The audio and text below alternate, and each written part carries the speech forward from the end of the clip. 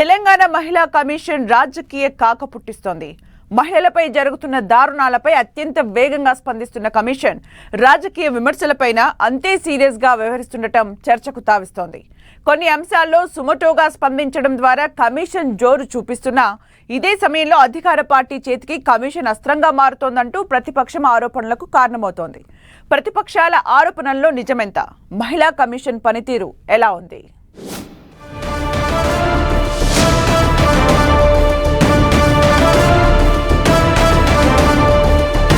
తెలంగాణ మహిళా commission activities పై భిన్న స్వరాలు వినిపిస్తున్నాయి.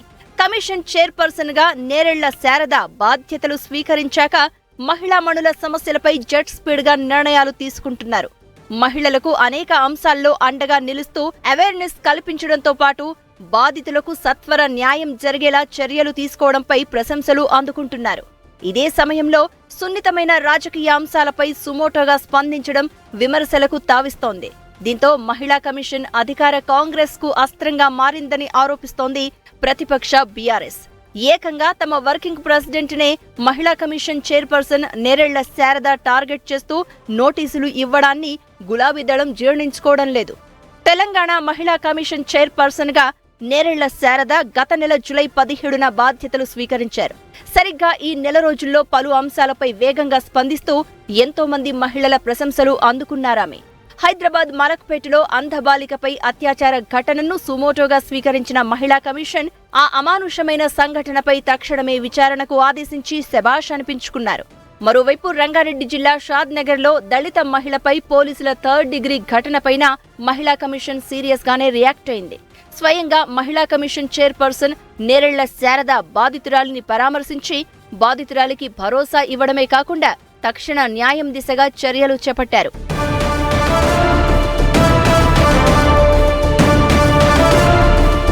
ఇదే సమయంలో ఎవరూ టచ్ కూడా చేయని సెలబ్రిటీ జ్యోతిష్యుడు వేణుస్వామి విషయంలోనూ వేగంగా స్పందించింది మహిళా కమిషన్.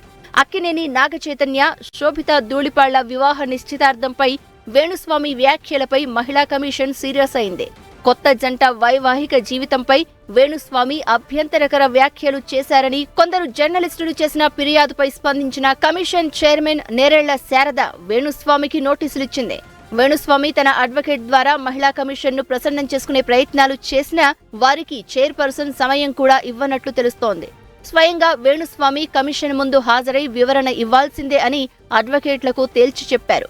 ఇక్కడి వరకు అంతా బాగానే ఉన్న బీఆర్ఎస్ వర్కింగ్ ప్రెసిడెంట్ కేటీఆర్ కు మహిళా కమిషన్ నోటీసులు ఇవ్వడమే ఇప్పుడు హాట్ టాపిక్ గా మారింది. ఇక మాజీ మంత్రి కేటీఆర్ విషయంలోనూ తెలంగాణ మహిళా కమిషన్ చైర్పర్సన్ నేరెళ్ల శారద అంతే స్పీడ్ గా రియాక్ట్ అయ్యారు. ఆర్టీసీ బస్సుల్లో మహిళలకు ఉచిత ప్రయాణంపై ఈ మధ్య అధికార ప్రతిపక్షాల మధ్య మాటల యుద్ధం జరిగింది. ఈ సందర్భంగా బీఆర్ఎస్ వర్కింగ్ ప్రెసిడెంట్ కేటీఆర్ చేసిన వ్యాఖ్యలు రాజకీయంగా దుమారం రేపాయి. దీనిపై సోషల్ మీడియా వేదికగా కేటీఆర్ విచారం వ్యక్తం చేసి తన వ్యాఖ్యలు వెనక్కి తీసుకున్నా కమిషన్ మాత్రం కరుణించలేదు. కేటీఆర్ కు నోటీసులు జారీ చేసి ఈ నెల 20న తన ముందు హాజరు కావాలని ఆదేశించడం రాజకీయంగా కాకపుట్టిస్తోంది.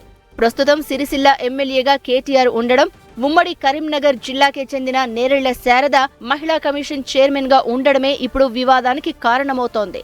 ఉమ్మడి కరీంనగర్ జిల్లాలో కాంగ్రెస్ నేతగా సుదీర్ఘకాలం రాజకీయాలు చేసిన నేరెళ్ల శారద కావాలనే కేటీఆర్ ను టార్గెట్ చేశారన్న విమర్శలు వస్తున్నాయి. ఇక మహిళా కమిషన్ నోటీసులకు స్పందించకూడదని తొలుత కేటీఆర్ భావించిన చట్టబద్ధ కమిషన్ ను గౌరవించాలనే ఆలోచనతో 24న కమిషన్ ముందుకు హాజరవుతాను అని ప్రకటన చేయడం కూడా ఆసక్తి రేపుతోంది.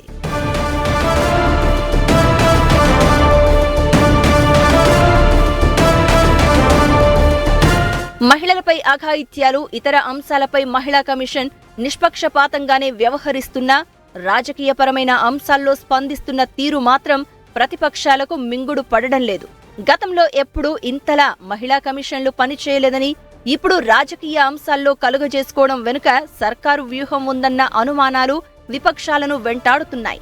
మహిళా కమిషన్ ను కూడా విపక్షాన్ని టార్గెట్ చేసేందుకు అస్త్రంగా రేవంత్ సర్కారు వాడుకుంటుందంటూ చైర్పర్సన్ నేరెళ్ల శారదపై సోషల్ మీడియాలో ఆరోపణలు గుప్పిస్తోంది గులాబీ దళం. ఇదే సమయంలో కమిషన్ చైర్పర్సన్ నేరెళ్ల శారదపై సోషల్ మీడియాలో అనుచిత వ్యాఖ్యలు చేసిన వారిపై పోలీసులు కేసు పెట్టడం కూడా ఇప్పుడు రాజకీయాన్ని మరింత రాజేసింది.